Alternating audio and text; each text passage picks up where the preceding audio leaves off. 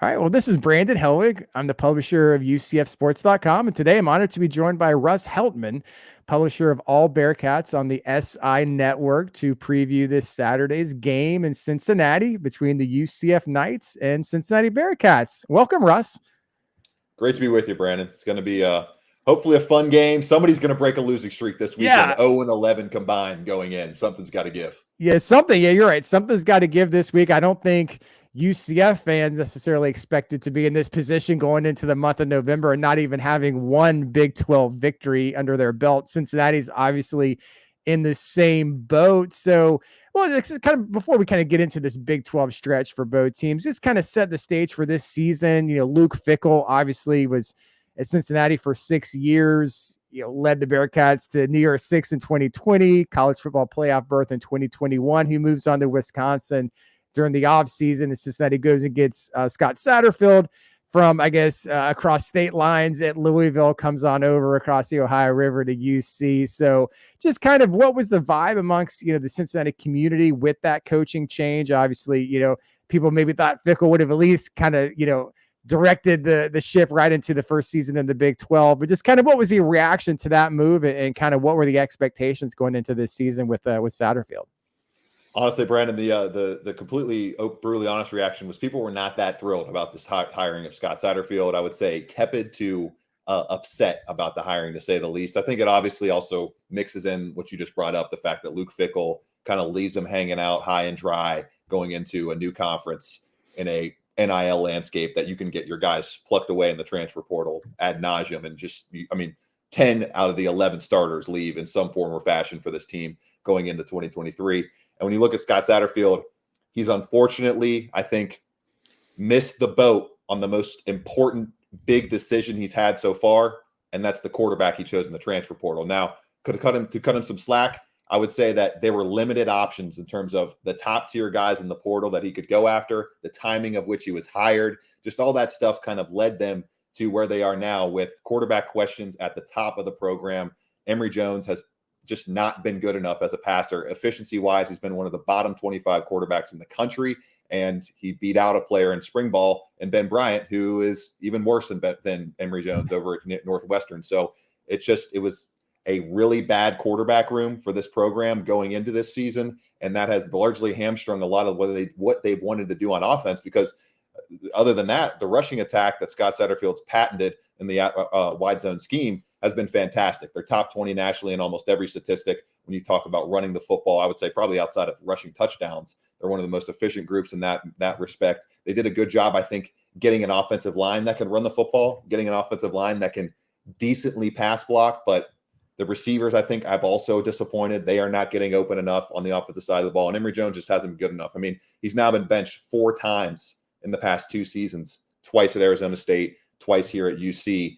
It just has not been good enough so far. So that's the biggest storyline heading in, is how much of Brady Lichtenberg, the backup quarterback, will UCF see. He's definitely a better passer than Emory Jones from what I've seen in all the spring practices and all of the regular week practices we've been able to get to during the season. So very interested to see how that goes down offensively. And then defensively, the cornerback room, biggest question mark going into the transfer portal rings and trying to figure out what to do there. And it's a massive question mark throughout this entire season. Jordan Young was supposed to be the premier cornerback coming out of the portal. You get a guy that was a backup last year at Florida, played pretty well in limited snaps as a backup in SEC football, but has just been getting absolutely cooked all season long. He's in the 300s in PFF's overall grades among all FBS cornerbacks this season. He played decently over the past couple of weeks, but still is giving up too many catches, gave up just 37 yards this past weekend. But it's just overall throughout the season, too many explosive plays allowed by Jordan Young, and then Justin Harris on the other side,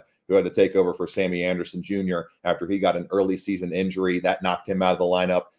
Scott Satterfield kind of acknowledged throughout the fall camp pressers that cornerback is a very thin position for this team. You lose one guy there, you have to rely on Justin Harris, who just has not been good enough at all in his own right alongside Jordan Young. And you get games where, like Justin Harris this past weekend, had his worst game of his entire career by PFF grading, 36.9 grade. He gave up 2 catches for 96 yards. It's just been stuff like that all season long. And it's kind of wasted a good defensive front that I think at this point in the season, Brandon, has played good football, but they're just kind of worn out, they're beaten down, and they're just kind of throwing up their hands saying, we're getting close to 14, 15, 16 pressures a game, but we can't get these sacks, guys, because the cornerbacks are not holding up well enough. So that's kind of been the picture and the story on both sides. Yeah, well, let's break down some of the things you said. Emory Jones, Cincinnati's quarterback. UCF people are familiar with Emory Jones. He was formerly at the University of Florida. UCF beat him in the 2021 Gasparilla Bowl. He was at Arizona State last year, and now he's at Cincinnati. So I know he was pulled. I didn't watch really once I saw the score was getting out of hand at Oklahoma State, which is who UCF plays after this game against Cincinnati. They play OSU and running back Ollie Gordon. I did notice Emory Jones was pulled. Was the game out of hand at that point, and they wanted to put what was his name, Brady Lichtenberg? They wanted to get him some playing time, or as Satterfield said, who was starting this weekend against UCF? He was very tepid in his press conference. He kind of gave the old coach speak answer. We'll see how the practice plays out. It was definitively, Brandon, not an endorsement of Emory Jones. I will say that. He did not come out and say Brady was just going in there and mop up duty. We just wanted to get him some reps, but we're going to be rolling with Emory Jones this week. He did not definitively say that. So in my eyes, I think the entire group around Cincinnati, whether it be fans, media, players, I don't know if players for sure, but just the feeling around the team is there needs to be a change at quarterback. There needs to be new life breathed into that, because yes, Emory Jones gives you some decent options with his legs, but I mean, Brandon, he hasn't really, in my eyes, broken multiple tackles in a game in 4 or 5 weeks. He's been a decent rusher, but Brady Lichtenberg went out there with that same unit, that same offensive line, that same blocking scheme, had 3 carries for 27 yards. So I think he's a guy that could still run this offense, and it's something that is definitely something to monitor. And I don't think we're going to get a definitive answer until right before kickoff or right as we see those offenses take the field. But I would be shocked if Brady Lichtenberg doesn't see significant time in this game, just given how poorly Emory Jones has played and how many plays have been out there when the receivers have gotten open, and he just has not made them. And at this point, 6-year senior, I mean, you're just spinning your wheels, not really accomplishing anything at that position if you keep giving him reps for a guy that's going to be gone in 5-6 weeks. Well, let's kind of compare and contrast the two. Emory Jones and Brady Lichtenberg. I see he's originally from Toledo, Ohio. He's a redshirt sophomore. He's action 2 games last year, redshirt in 2021. Now, are they more similar or more different? Is he more pro style? I mean, what is his running ability like? Kind of compare and contrast, if Cincinnati was to go with Brady instead of Emory Jones.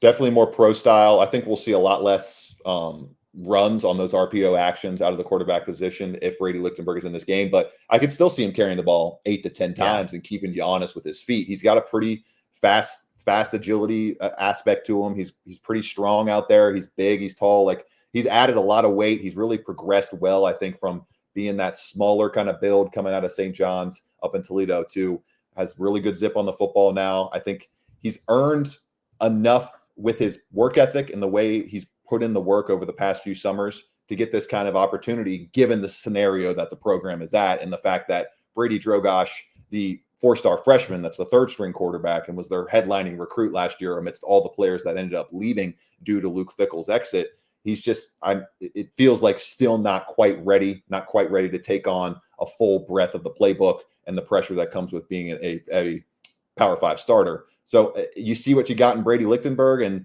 you see maybe if he can be a true competitor next year. But to answer your question in succinctity, I think he's more of a pro-style quarterback. You're going to see a little bit less running. He's a better passer for sure. So you could maybe see more leaning into the pass, which, I mean, you see, Brandon, and probably the same thing with UCF. I mean, these two teams are going to be over 50%, or at least UC will be over 50% running the football, close to 75%. And UCF has not stopped the run at all in Big 12 play. Been gashed game after game. So you could say all you want about Emory Jones struggling. I mean, the UCF defense may be what he needs to get going if he does play. But since we said that about the past couple defenses in the secondary, and things have just have not happened. Yeah, well, Cincinnati, UCF does have one more overall win than Cincinnati does, so they just need to go, I think, win 3 out of the last 4 for bowl eligibility. Cincinnati is at 2-6, so you have to be perfect. You have to win every remaining game to be bowl eligible this year. So you think there's some thought from the coaching staff at this point? I never say never till, you actually are not bowl eligible, but do you think they would make the conscious decision to go with say the quarterback that's going to be competing for the job in 2024? Do you think that thought process starts to creep and start playing more of these younger guys?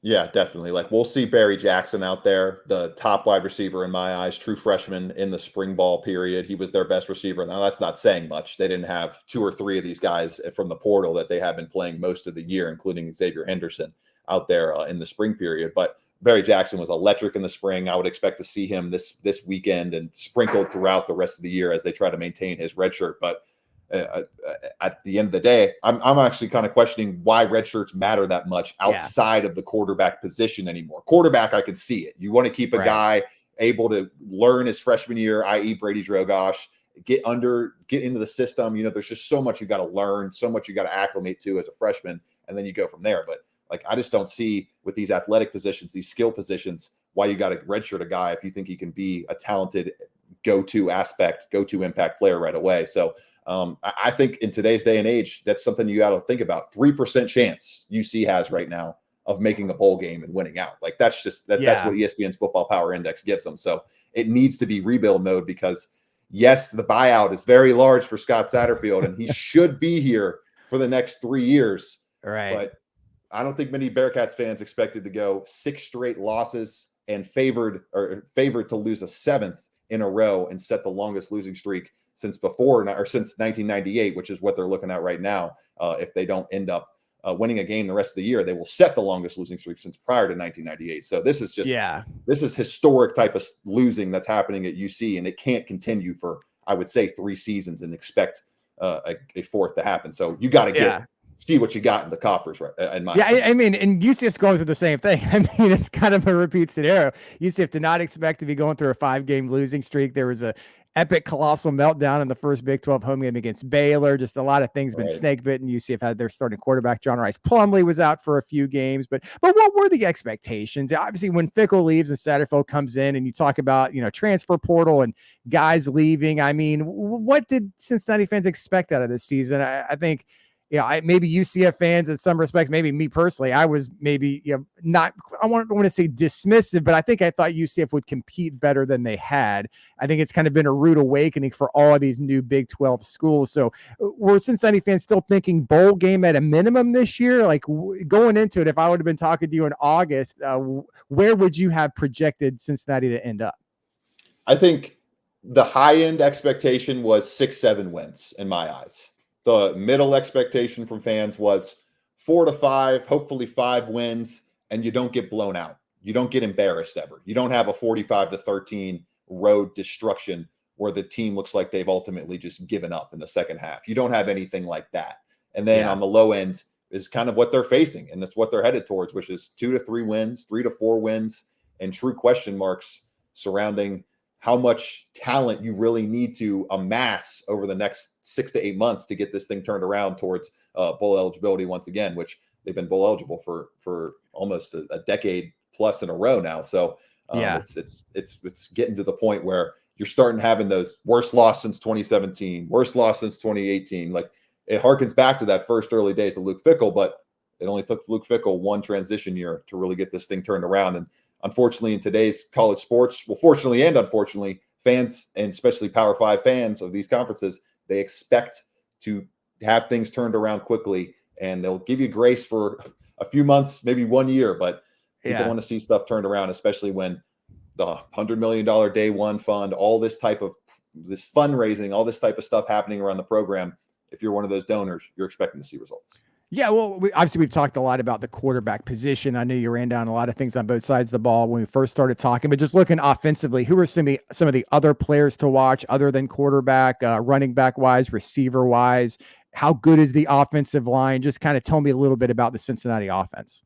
I'd say Miles Montgomery is your lightning to Corey Kiner's thunder. Those two guys have been the lead backs so far this season. I'd say they've been 2 of the 5 to 6 best offensive players overall, just in terms of the way Corey Kiner's hitting holes, running angry, and the way Miles Montgomery has kind of lifted a question mark about his explosiveness earlier on in the season. He's now rattled off multiple touchdowns of 30-plus yards in the past few weeks, and he's been clocked in as a top 10 fastest speed time in terms of miles per hour in the country over the past few weeks as well. So he's a big home run threat to look out for. Xavier Henderson is a strong possession receiver, isn't really going to burn you too much with the deep ball. That's just something that's really largely left Emory Jones' game, and it was a strength of his earlier on in his career, and how he's just it's just nothing really there in terms of the downfield passing attack. So Emory Jones to Xavier Henderson is going to be something to look out for, or Brady Lichtenberg to Xavier Henderson. Shimon Mater as well, when he is getting more passing opportunities, he's been a very strong weapon in the red zone at the tight end position. He has multiple touchdowns there. Is really their only middle of the field threat, I would say. And then offensive line wise, it's a decent unit. I would say the interior is the strength with Gavin Gerhardt, D'Artagnan Tinsley, and the best player on the offense, in my opinion, Luke Kandra, who came over from Louisville, has kind of been the sage bridge mentor in this outside zone scheme, helping the guys kind of understand that. And it's helped him understand it even more because he's played the best football of his career. He's been the most consistent road grader on the offensive line. He's set up a lot of big holes, a lot of big rushes. That's been a big aspect of that rushing attack being so efficient this year. So they can be had. On the outside, though, at the tackle position, I would say DeAndre Buford, John Williams, Philip Wilder, whatever guys end up getting run out there, you can kind of have, they've had issues on the outside protecting the quarterback. And that's kind of where Morris Brash, has he been operating more inside or outside this year? He's more of the outside. I think I didn't check to see if the stats changed. I know he had been leading the Big 12 in sacks, at least prior to this pass. I think he still does, but he's more of a 7 sacks edge or something, rusher. Something like that. Yeah. Crazy. Yeah. So when you look at the other side, I know Cincinnati's defensive line, Dante Corleone, I think he was one of the only newcomers that was preseason all Big 12 coming into it. Obviously, a lot of people are familiar with him and his unique name. Just, is that the strength of that side of the ball? Is it still that defensive line? Yeah, no doubt. It's the defensive line. And I would say of late, the safety play has been solid. Taj Ward has turned his game around the past couple of weeks. He's made a few impact plays and been better in coverage. Brian Threats has been solid in coverage for most of the season. He's a hard hitter, good tackler, and they've gotten some stability at safety. But overall, it's just when you have those cornerbacks, man, it's just been brutal. It's been absolutely brutal. Even Deshaun Pace, I should say, correctly pronounce it. He has been solid in his star position, solid to mediocre to just teetering, not really ever near great to good at that position. Does lead the team in tackles, but has been had in coverage a little bit here and there. Overall, though, it hasn't been easy for that defensive front to make a huge impact in the passing game just because of the problems on the outside. But Dante Corleone, best player on that defensive front so far this season, I would say. He's been one of the more consistent. Malik Van's been very consistent. Eric Phillips has been very solid. Justin Watley's been getting run in there over the past couple of weeks. That's definitely their deepest position. A lot of those guys, you'll kind of expect to see 10 or 15 more snaps on their ledger each game when you go look, but then you're thinking, well, there's 10 or 15 snaps that are available for another guy that's pretty solid and usually wouldn't get that in a different system. So it's a good balance on the defensive front. It's something that obviously is going to have to be on point and driving a win if UC wants to come out on top, because it feels like at this point, the only way the defense is going to be able to play a lights out game is if the defensive front just raises their games to a whole nother level, like we've seen them do at points in their career, versus an outside cornerback room that you've never really seen them play well as a consistent starting option at their position. Yeah, special teams kicking game. I see Carter Brown is 11 of 14 on field goal. Solid this year. He's actually 4 of 4 from 40 plus yards, 3 of 3 from 40 to 49, and he at his only attempts 1 of 1 from 50 plus. So is he a pretty solid field goal kicker? He is, yeah. He's a guy that I think honestly they should be leaning on a little bit more. The fourth down conversion rate I think is hovering below 50% so far this year. It's kind of killed him a little bit in terms of key close games. I look back at the Baylor game a couple of weeks ago where they probably could have had Carter Brown kick a field goal here or there, and they end up winning that football game, or at least taking it to overtime, something like that. And then really he was the key to almost having a win against Miami. He was the key to ending up breaking or continuing that winning streak against Miami. And then Singletary, who's been up and down, mostly down this year at the tight end position, blows a block on special teams, lets the guy come in, he blocks the field goal, and ultimately Carter Brown's big moment for the game winner, his first as a UC Bearcat, is shut down. So I think Carter Brown has done all he can so far this year to be one of the better kickers in the Big 12. And then obviously Mason Fletcher. I know how to name. Yeah, he's a big name coming into this season. Yeah, he was I think he was close to an All-American last year, maybe 13 or right on the edge, honorable mention. He's booming punts, average down a little bit this year, but I think it might be a factor of him not getting as many chances. He's not punting the ball as much because of the time of possession UC has had. Surprisingly, they are down in punts this year, despite the offense not scoring quite as much as people would like to see. So Mason Fletcher's solid, Carter Brown's solid. I think those aren't going to be super big issues or things that cause them to lose a football game on Saturday. Yeah. You just mentioned the Miami game. Was that jarring losing to Miami? Because I'm looking back, I was curious how long the winning streak was, and it looked like that was the first time Miami beat Cincinnati since 2005. Yes, it was, and it was kind of in similar fashion to the last time when Cincinnati broke their own streak and set the streak back in 05 with a kind of overtime game-winning play to scenario there. But it was insane, the fact that they lost that game to Miami. It was unfortunately a bad omen for the rest of the season because they have not won a game since. Yeah, exactly. So what's sort of the vibe as we look to next year, or as far as Satterfield and rebuilding this program? Since they have a good recruiting class locked up, and a lot of it is TBA with transfer portal, and who knows who's leaving and who's coming in terms of that goes. But what's kind of the vibe on building for the future under Satterfield? I think it's honestly, fans I know are down in the dumps right now. It's a 2-6 stretch, and you're not excited about what's happening currently on the field. But I think there's things to be excited about next year. This team, I believe, has a really good recruiting staff. I think getting a full breadth of transfer portal time to be able to go through, and I mean, even it could be a blessing in disguise if this team doesn't end up having to make a bowl game. Now, obviously, the recruiting staff is not going to be working on the bowl, but you kind of know what I mean, where they're going to get a full breadth of time to be able to go after these recruits, go after these transfer portal targets in December, and kind of nail things down there. So I believe in this recruiting staff. I believe in the transfer portal plan that they will work out. And when you look at the 43rd ranked class in 2024, that's pretty solid. They're going after a lot of big names, 4-star talent in 2025. So that's kind of where we'll start to judge this coaching staff going forward in the next few years. This tenure is with this 24 class, to the portal class, and then the 2025 class, and that starts taking shape next year. But I mean, you can't. I said it all year. I'm not going to throw stones at the glass houses in year one. You're not going to start calling for people's jobs in year one. You're not going to be doing anything like that, especially when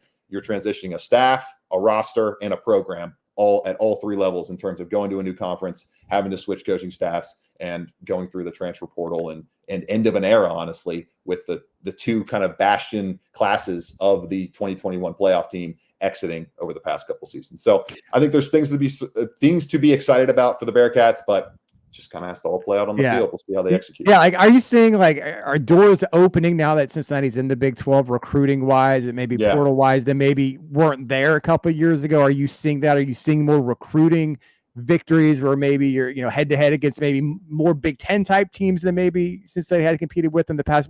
What kind of have you seen in that front?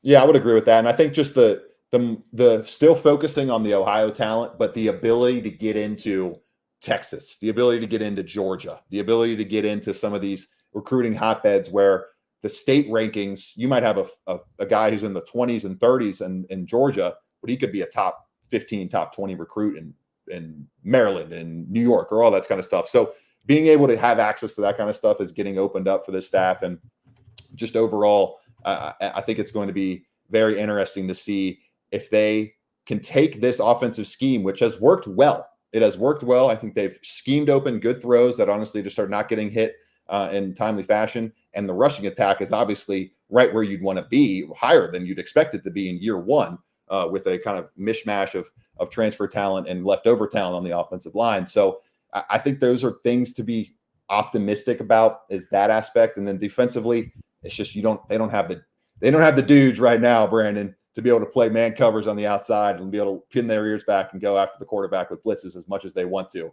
But that's why you're going after, I think, some solid talent in the 24 class. And I think there's some guys on this team right now in terms of 22 and 23 recruits that could end up filling those gaps and playing better outside cornerback football, which this defense needs desperately and has not usually missed. There was only 2 years ago when the top cornerback in the entire NFL draft and the Jim Thorpe Award were on opposite sides of each other. Right. Time flies. Yeah, I guess I've been to Cincinnati games 3 times. I was there in 15, 17, and 19. Could not go in 21, but I think it's a beautiful setting. Just kind of nestled right there, the middle of campus and everything. I know you mentioned it at the beginning of the fundraising campaign. Was it called the Day One Yeah, day ready one, right? campaign to kind of coincide with the Big 12 move. What are the projects that Cincinnati is looking to enhance or build on campus? Is it an indoor practice facility? Is that the big one they're trying to construct right now? Yeah, it's really cool. They're actually constructing it right now. They've achieved the day one ready $100 million campaign goal. They set it of getting it done by I think July 1st when they entered the Big 12, Okay. and it officially came down. The announcement was I think this in like early September, so really close to that original goal. They're doing great work constructing the indoor sports performance center, which is going to be able to be accessed by all the sports and by a lot of the campus in general. And it will be the official home of UC football. Going to have an awesome kind of glass facade covering the entire field where you can see out towards the rest of campus and all that stuff. Going to be look kind of similar to like the Northwestern type facility where they have it on the lake and you can see the lake right there, but obviously a different view. Yeah. For that spot in Clifton. So obviously you're from Ohio. If for any UCF fans coming to Cincinnati this weekend, what would you recommend for a weekend in the Queen City? Any places to see or do, tourist attractions, any restaurants? Just kind of what would you recommend for Cincinnati? Okay. Well, if it's not too cold, I would recommend the zoo, which is actually if you're staying in Clifton, it's right there. You could almost walk to the zoo. It's right north of campus, right? Yeah. Yeah, it's right exactly. there. It's an amazing zoo. It's one of the best in the world. I really recommend it. It's like you're in the jungle when you go to the zoo. It's not even like you're in Ohio. And then obviously the chili, people know about the chili. I would say Taste of Belgium is something that people need to try out. That restaurant is obviously people know about Skyline, but one that I would recommend is Taste of Belgium. And really, like if you're going for an upscale, really like you want to blow it out and have a really nice dinner, one of the Jeff Ruby's restaurants is really good. Those are fantastic. There's a lot of good spots. Kentucky spot that I recommend, Libby's Southern Comfort in Covington is really good. Otto's in Covington is really good. Just checking out that other side of the river, I always recommend. They've done a really great job at that too, and it's all happening here in the tri-state area. So welcoming all UCF fans. Can't wait. So what is your favorite chili? Are you a Skyline guy? Is Gold Star kind of? It's Skyline for me. And I've actually tried all the local chili parlors as well, like Blue Ash, Hyde Park, Camp Washington, all those chilies. None of them beat Skyline. It's still Skyline. And last thing, for Cincinnati to be successful against UCF on Saturday, I know you kind of talked a little bit about it, but what needs to happen?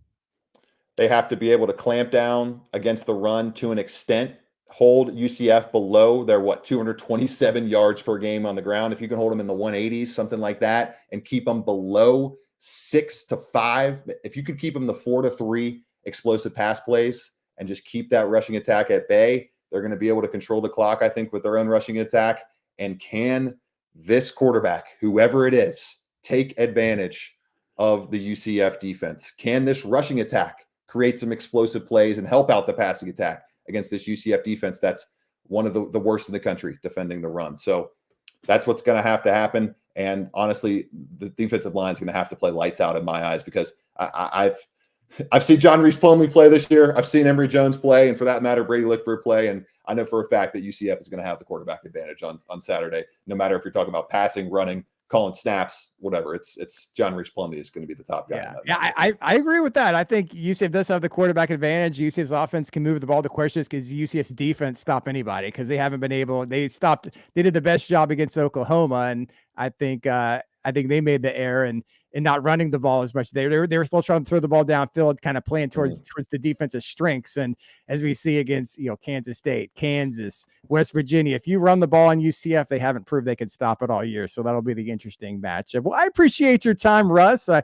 really enjoyed learning more about Cincinnati and looking forward to this game this weekend. And maybe I'll see you in the press box on Saturday.